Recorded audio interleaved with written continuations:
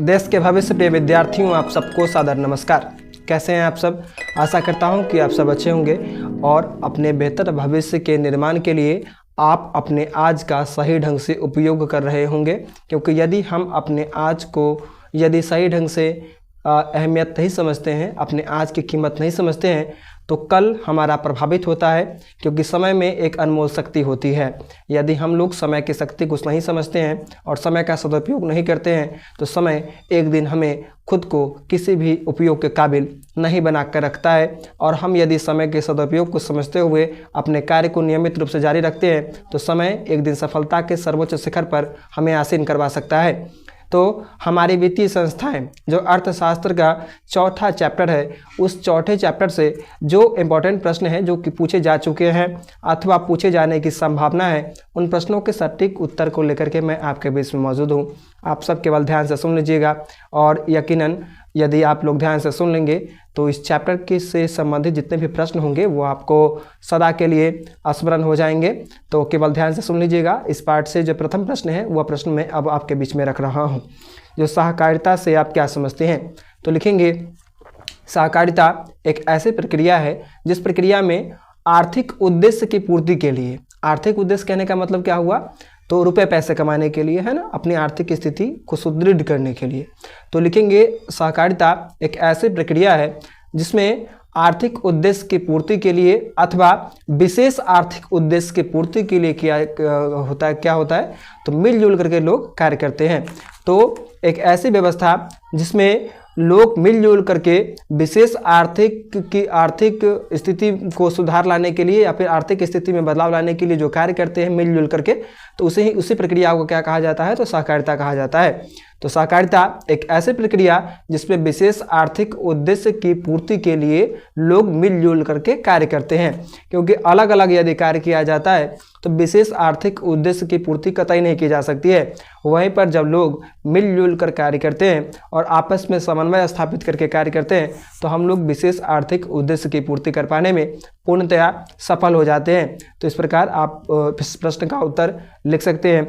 इस पाठ से दूसरा महत्वपूर्ण प्रश्न है, जो किसानों को साख अथवा ऋण की आवश्यकता क्यों होती है? तो किसानों को साख अर्थात भरोसे की और ऋण अर्थात कर्ज की आवश्यकता क्यों होती है? तो विभिन्न कारण हैं किसानों को ऋण अथवा साख की आवश्यकता होती है, क्योंकि किसानी संबंधित कार्य, खेती संबंधित कार्य करने के लिए किसानों को जैसे बीज ही खरीद करके लाना है, खेतों की जुतवाई करवानी है, फसल के बेहतर कहीं न कहीं विकास के लिए निकौनी करवाना है, अथवा खाद का ही छिड़काव करना है। तो ये सभी चीज़ों जो या फिर दवाइयाँ ही हो गई या फिर कृषि से संबंधित कोई और भी उपकरण हो गए, तो इन सभी चीज़ों को क्रय करने के लिए, इन सभी चीज़ों की पूर्ति करने के लिए क्या होती है? तो किसानों को साख अथवा ऋण की आवश्यकता होती है। साख की आवश्यकता इसलिए भी क्योंकि यदि किसान दुकानदार से जहाँ पर खाद बीज मिलता है वहाँ पर यदि वो अपना भरोसा स्थापित नहीं करते हैं, तो उनको खाद बीज समय पर मुहैया नहीं करवाया जाता है ना। वहीं पर किसानों के पास हमेशा के लिए ही पैसा नहीं होते हैं, तो इस दृष्टि में किसान क्या करते हैं? तो किसान बैंकों से ऋण लेते हैं अथवा अपने गाँव के कोई साहूकार जमींदार जो होते हैं उनसे ऋण लेते हैं और इस प्रकार अपने खेती से संबंधित कार्यों का संपादन करते हैं। तो इन कारणों से क्या होता है? तो किसानों को साख अथवा ऋण की आवश्यकता होती है। इसके पश्चात अगला इंपॉर्टेंट प्रश्न है, जो वित्तीय संस्थान से आप क्या समझते हैं? तो लिखेंगे, वैसे संस्थान जो कि लोगों को क्या करते हैं? तो वित्तीय संबंधित सहायता प्रदान करते हैं, है ना, रुपए पैसे संबंधित क्या करते हैं? वित्त अर्थशास्त्र में एक शब्द आता है वित्त, जिसका अर्थ होता है रुपए पैसे से। तो वैसा संस्थान जो कि लोगों को रुपए पैसे मुहैया करवाता है, रुपए पैसे के साधन देता है ना, साधन मुहैया करवाता है, तो उसी संस्थान को क्या कहा जाता है? वित्तीय संस्थान कहा जाता है। और इसी में दूसरा प्रश्न, यह कितने प्रकार के होते हैं? तो लिखेंगे, ये 2 प्रकार के होते हैं, है ना।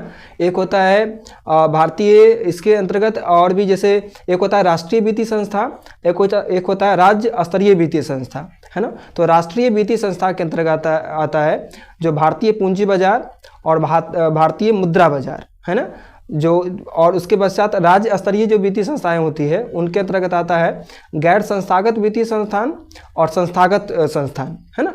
ये 2 प्रकार, दोनों के अलग अलग लिखेंगे। जो वित्तीय संस्थान, वैसे संस्थान जो कि लोगों को वित्तीय सुविधाएं प्रदान करते हैं, और ये 2 प्रकार के होते हैं। कौन कौन? एक होता है राष्ट्रीय वित्तीय संस्थान और दूसरा होता है राज्य स्तरीय वित्तीय संस्थान, और इन दोनों के भी 2 प्रकार हैं। कौन कौन? तो राष्ट्रीय वित्तीय संस्थान है उनके दो प्रकार है, भारतीय मुद्रा बाजार और भारतीय पूंजी बाजार। और राज्य स्तरीय जो वित्तीय संस्थान है उनके भी दो प्रकार हैं, एक होते हैं गैर संस्थागत वित्तीय संस्थाएं और दूसरा होता है संस्थागत वित्तीय संस्थाएं, है ना। तो इन सभी का कार्य अपनी अपनी विचारधाराओं के अनुकूल चलता है। इसके पश्चात अगला इंपॉर्टेंट प्रश्न है, स्वयं सहायता समूह से आप क्या समझते हैं?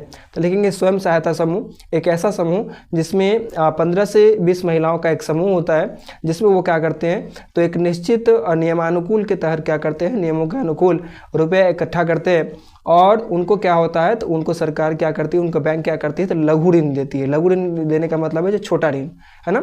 तो छोटा ऋण आपस में वो महिलाएं क्या करती हैं, तो आपस में बैठक किया करती है, वो चाहे वो साप्ताहिक स्तर पर हो या फिर मासिक स्तर पर हो, और आपस में पैसे इकट्ठा करके वो क्या करती है, तो जो भी उनका कार्य होता है उन कार्यों में जो ऋण लेती हैं, जो कर्ज लेती हैं, तो उनसे अपने उस कार्य का निर्वहन करती है। तो 15 से 20 महिलाओं के समूह को ही स्वयं सहायता समूह कहता है। स्वयं सहायता समूह, स्वयं अर्थात खुद, सहायता मीन्स हेल्प, है ना, मदद, और समूह, समूह मतलब ग्रुप। तो खुद की सहायता के लिए ही, है ना, खुद की सहायता के लिए जो समूह स्थापित किया जाता है, चाहे वो महिलाओं का, जो महिलाओं का समूह होता है 15 से 20 महिलाओं का, तो उसी समूह को स्वयं सहायता समूह कहा जाता है, जिसमें विशेष आर्थिक उद्देश्य की पूर्ति के लिए न कहा जाए, मगर लघु स्तर पर ही जो उद्योग धंधा स्थापित करना है तो इसके लिए कार्य किए जाते हैं। इसके पश्चात अगला इंपॉर्टेंट प्रश्न है, सूक्ष्म वित्त क्या है, सूक्ष्म वित्त योजना क्या है, या फिर सूक्ष्म वित्त क्या है? तो लिखेंगे सूक्ष्म वित्त योजना एक ऐसी योजना होती है जो कि गांव में रहने वाले लोगों को, कस्बे में रहने वाले लोगों को, शहर में रहने वाले लोगों को क्या किया जाता है, तो स्वयं सहायता समूह के तहत वित्तीय सुविधाएं दी जाती है, वित्त प्रदान किया जाता है, मतलब रुपये पैसे प्रदान किए जाते हैं, चाहे वो ऋण के रूप में होते हैं, चाहे वो कर्ज के रूप में होते हैं, है ना। तो उसे सूक्ष्म वित्त योजना कहा जाता है। इसके पश्चात अगला इंपॉर्टेंट प्रश्न है, जो अस्थाई जमा किसे कहते हैं? अस्थाई जमा, जिसको अंग्रेजी में हम लोग फिक्स्ड डिपॉजिट कहते हैं, है ना। फिक्स्ड मतलब अस्थाई, डिपॉजिट मीन्स जमा, है ना। तो अस्थाई जमा बैंकों में जमा होने वाला एक ऐसी राशि होती है जिस राशि को एक निश्चित नियम के तहत क्या किया जाता है, तो बैंकों में पैसे जमा करवाए जाते हैं, है ना। और उस पर होता क्या है, तो अस्थाई जमा जो होता है, अस्थाई जमा एक ऐसा जमा जिस पर ब्याज जो है ना, इंटरेस्ट जो दिया जाता है बैंकों के द्वारा, वो सामान्य जमा से अलग होता है। अर्थात सामान्य जमा जो हम लोग करते हैं, खाते में जाकर के पैसे जमा करते हैं, तो उस जमा राशि पर जो हमें ब्याज मिलता है उससे अधिक ब्याज अस्थाई जमा पे मिलता है। मगर स्थाई जमा का एक टर्म्स होता है, एक नियम होता है कि जितनी अवधि के लिए हम लोग जमा करते हैं, तो उस अवधि से पूर्व हम लोग पैसे नहीं निकाल सकते हैं, है ना। तब जो दरें निर्धारित की जाती है बैंकों के द्वारा, वो दरें हम लोगों को मिलती है। यदि जमा राशि जो हमने जमा की और उससे पूर्व ही यदि पैसों की निकासी, यदि पैसों की मांग यदि हम किसी कारणवश यदि बैंकों से करते हैं, तो फिर बैंक जो सुविधाएं प्रदान करने की वायदे हमसे किया करती है, तो वो वायदे हम लोगों को नहीं मिलते हैं। हम लोगों को पैसे तो मिल जाते हैं मगर उतना ब्याज हम लोगों को नहीं मिलता है जितना कि एक फिक्स्ड डिपॉजिट करते वक्त जो वायदे किए जाते हैं बैंकों के द्वारा वो दिए जाते हैं। तो अस्थाई जमा एक ऐसा जमा जिससे जो जमाकर्ता जो होते हैं उनको सामान्य जमा से मतलब, है ना, जो जनरली जो जमा किया जाता है खाते में पैसे, उससे अधिक पैसे उन लोगों को दिए जाते हैं, तो उसे अस्थाई जमा कहा जाता है। इसके पश्चात अगला इंपॉर्टेंट प्रश्न है, जो भूमि विकास बैंक क्या है?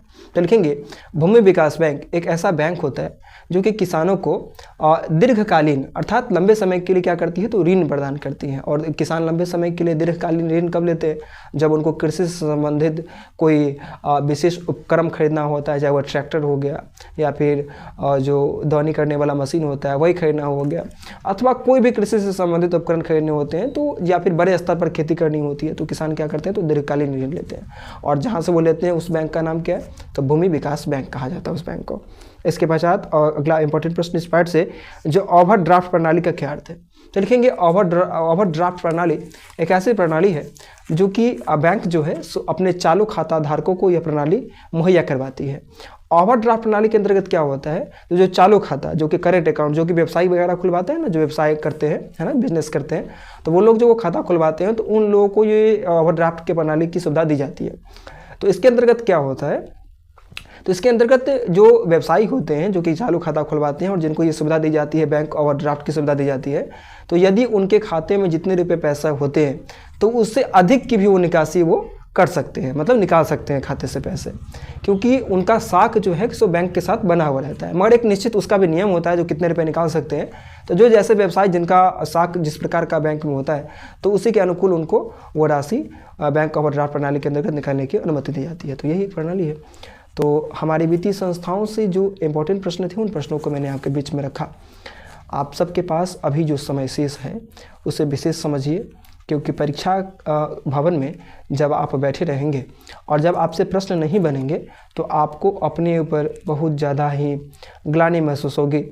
तो वह ग्लानि और वह दुख आप लोगों को महसूस न हो, तो इसके लिए अभी भी आप लोगों के पास 40-45 दिनों का समय है। तो इस समय का सदुपयोग कीजिए और अभी भी यह मानकर मत चलिए कि मेरे पास 2 महीने का समय है, क्योंकि अब हमारे हिस्से से दिसंबर भी हमारे हिस्से से जुदा हो रहा है और नए साल के स्वागत में हम लोग पलके बिछाए खड़े हैं। तो समय का क्या है, समय की रफ्तार बुलेट ट्रेन की रफ्तार से भी अधिक है और हम अपने हाथों में यदि रेत लेकर के अपने मुट्ठियों को यदि भींच ले अथवा बंद कर ले तो क्या होता है, तो कुछ ही पलों में रेत हमारे हाथों से जुदा होकर के हमसे काफ़ी दूर चला जाता है ना। तो जितने तेज़ी से हमारे हाथों से रेत भी हमारे हाथों से नहीं गिरता है, उससे भी कहीं ज़्यादा गुना शक्तिशाली जो है ना वो ये समय होता है। तो इसकी कीमत समझिए और अपनी पढ़ाई में अपने समय को खर्च कीजिए, न कि इंस्टाग्राम पर खर्च कीजिए, न ही दोस्तों के साथ चैटिंग करने में खर्च कीजिए, न ही यूट्यूब चैनल पर खर्च कीजिए, अपने ऊपर खर्च कीजिए। क्योंकि अपने ऊपर जब आप खर्च करेंगे ना जो भी समय होगा और अपने बेहतर भविष्य के लिए जब खर्च करेंगे तो निश्चित रूप से आपका कल जो होगा वो बेहद स्वर्णिम होगा। धन्यवाद।